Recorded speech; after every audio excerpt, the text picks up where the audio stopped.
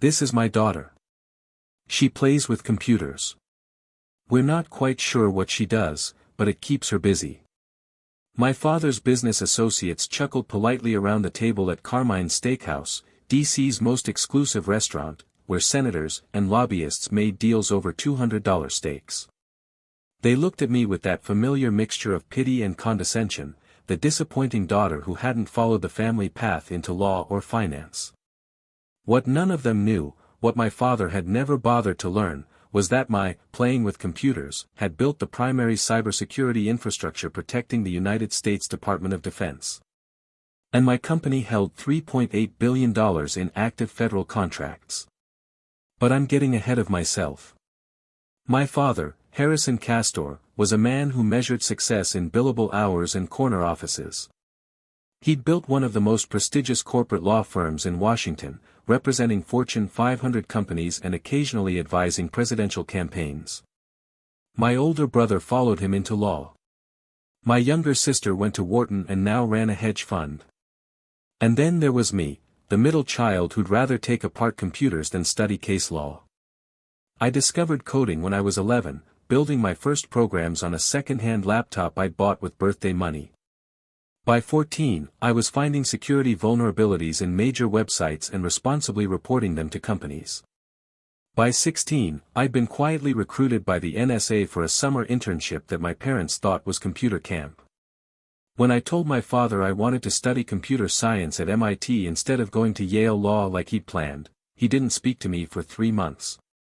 When I turned down a job at Google to start my own cybersecurity firm, he told me I was throwing away my future on a hobby. That was 12 years ago. In that time, I'd built Sentinel Shield Technologies from a 2-person operation in my apartment to a 340-employee company with offices in D.C., San Francisco, and Tel Aviv. We developed the encryption protocols used by the Pentagon, created the threat detection systems protecting critical infrastructure across 11 federal agencies, and last year alone had stopped 4 nation-state cyber attacks before they could breach government networks. My work was classified. My contracts were classified.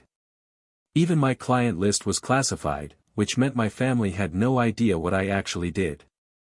And I wasn't allowed to tell them, even if they'd asked. They never asked. Tonight's dinner was one of my father's networking events. He hosted them quarterly, gathering his most important clients and contacts for an evening of expensive food and strategic relationship building. I'd been summoned to attend because one of the guests had a daughter my age who was also single, and my father thought we might have something in common. The daughter turned out to be a corporate attorney who spent 20 minutes explaining why tech startups were overvalued bubbles waiting to burst. I smiled and nodded and counted the minutes until I could leave. My phone had been buzzing insistently in my purse all evening. I'd ignored it because my father had a strict no phones at dinner rule, but the vibrations were getting more frequent. Something was wrong. So, Victoria, one of my father's partners asked, Harrison mentioned you work with computers. IT support? Website design? Something like that? I gave the answer I always gave. Something like that. She's very modest, my father said with a wave of his hand. She runs a little security company. Mostly corporate clients, I think. Small businesses worried about hackers. He chuckled.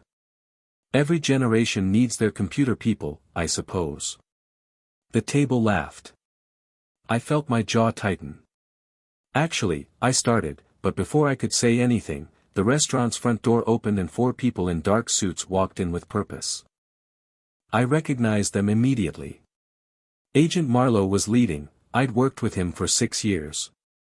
Behind him were 2 members of my own threat response team and a woman I didn't recognize, but whose badge identified her as NSA. Miss Castor, Agent Marlowe approached our table, his face grave.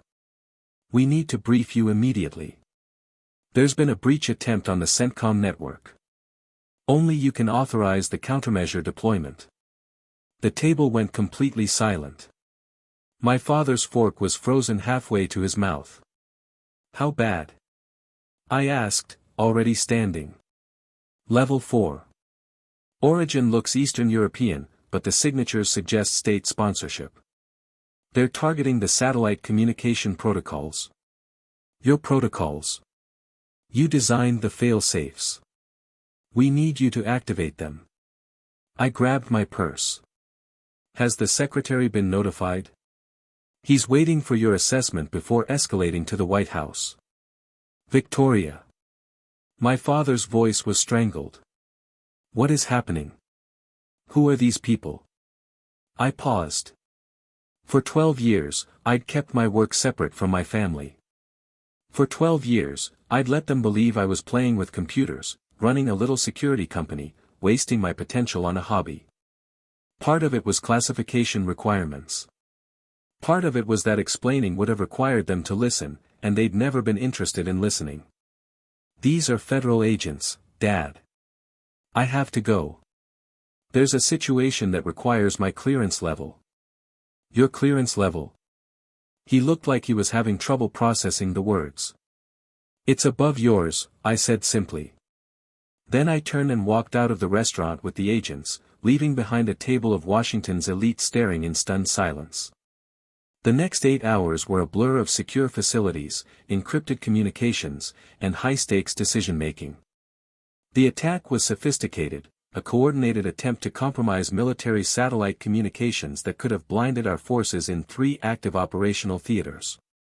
My team worked through the night implementing countermeasures I'd designed 3 years ago for exactly this scenario. By 4 a.m., the threat was neutralized. By 6 a.m., the intelligence community had traced the attack to a specific state actor.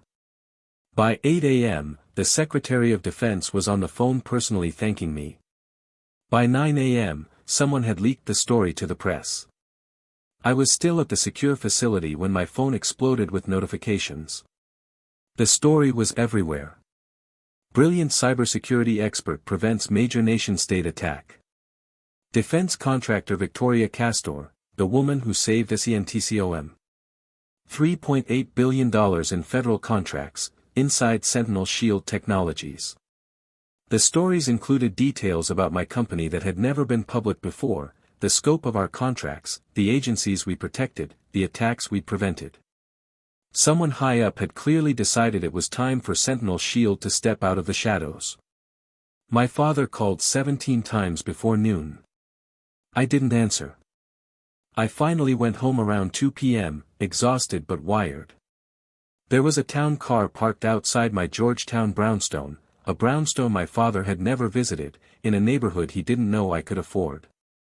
He was standing on my doorstep. Victoria. He looked older than he had the night before, like the last 12 hours had aged him. We need to talk. I unlocked my door. Come in. He followed me inside, looking around at the house he'd never seen, the art on the walls, the custom furniture, the security system that was more sophisticated than most government facilities. His eyes stopped on a framed photo on my mantel, me shaking hands with the president at a private ceremony I'd never told him about. I didn't know, he said finally. Victoria, I swear I didn't know. You didn't want to know. I sat down on my couch, too tired to stand. Every time I tried to tell you about my work, you changed the subject. Every time I mentioned a contract or a project, you made jokes about computer games. You introduced me to your colleagues last night as someone who plays with computers. You've been doing that for 12 years, Dad. I thought, he stopped, rubbing his face. I thought you were wasting your potential. You were so brilliant. You could have done anything. Law, medicine, finance. Instead, you chose this. This? I laughed, though there was no humor in it. This is protecting the country, Dad. This is making sure hostile nations can't shut down our military communications. This is building systems that keep power grids running and hospitals functioning and planes from falling out of the sky. I paused. This is a $3.8 billion company that employs 340 people and has been personally commended by 2 presidents. He sat down heavily in the chair across from me. Why didn't you tell me? Most of my work is classified. I couldn't tell you details even if I wanted to. I met his eyes. But that's not really why, and we both know it. I didn't tell you because you never asked. Not once in 12 years did you ask me what I was actually working on. You decided when I was 19 that I'd chosen wrong, and you never reconsidered. The news said you prevented a major attack last night. That you're the only person who could have stopped it. I designed the defense systems. I was the only one authorized to deploy the countermeasures at that level. So yes, if I hadn't been there, if I hadn't built what I built, things could have been very bad. My father was quiet for a long moment. I owe you an apology. Not just for last night, for years of not seeing you, for dismissing what you do, for being so certain I knew what success looked like that I couldn't recognize it in my own daughter. Yes, I agreed. You do. I'm sorry, Victoria. I'm truly sorry. I looked at my father, the man who'd built his own empire, who'd never understood why I didn't want to build mine in his image. He looked genuinely remorseful, which was more than I'd expected. Thank you for saying that. Can we start over? I want to understand what you do. I want to know my daughter. Most of what I do, I can't talk about. Classification requirements don't disappear because you've had a change of heart. I paused. But there are some things I can share. And I suppose it would be nice to have a conversation about my work that doesn't end with a joke about video games. He nodded slowly. I'd like that. He paused. And Victoria, those colleagues last night, they've been calling me all morning. Apparently, several of them have companies that need cybersecurity reviews. They were very impressed by what they read about you. I smiled slightly. Have them contact my office. Though I should warn you, we're selective about our clients, and we're not cheap. I'll let them know. He stood to leave, then paused at the door. For what it's worth, your mother would be proud. She always said you'd do something extraordinary. I just couldn't see it. After he left, I sat alone in my living room, exhaustion finally catching up with me. My phone was still buzzing, interview requests, congratulations from colleagues, messages from government officials. One message stood out. It was from the Secretary of Defense. Outstanding work last night. The President has asked me to convey his personal gratitude. Your country owes you a debt it can never fully repay. I read it twice, then set the phone down. For 12 years, I'd protected systems that protected millions of people, and my own father had thought I was playing games. Now, the whole world knew different. Part of me wished it could have stayed secret. I'd never done this work for recognition. But another part of me, the part that had spent years smiling through dismissive jokes and condescending introductions, felt something like vindication. My father had spent his career building a law firm that protected corporations. I had spent mine building systems that protected a nation. Turns out there's more than one definition of success. And sometimes the most important work is the kind that nobody sees, until suddenly everyone does. I closed my eyes and let myself rest. Tomorrow there would be more briefings, more decisions, more invisible work keeping the invisible threats at bay. But tonight, for the first time in 12 years, my father knew exactly what his daughter did for a living. And that was worth more than any classified commendation. The next morning, I woke to even more messages. My siblings had seen the news.